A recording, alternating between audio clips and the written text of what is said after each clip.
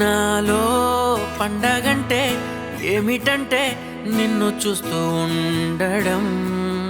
నాలో హాయి అంటే ఏమిటంటే నీతో నడవడం.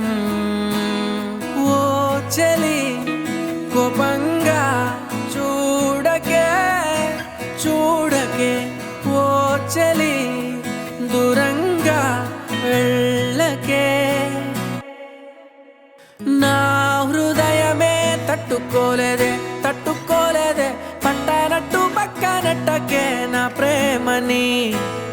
నా ప్రాణమే తప్పుకోలేదే తప్పుకోలేదే, అంతలాగా కప్పుకున్నదే నీ ఊహనే.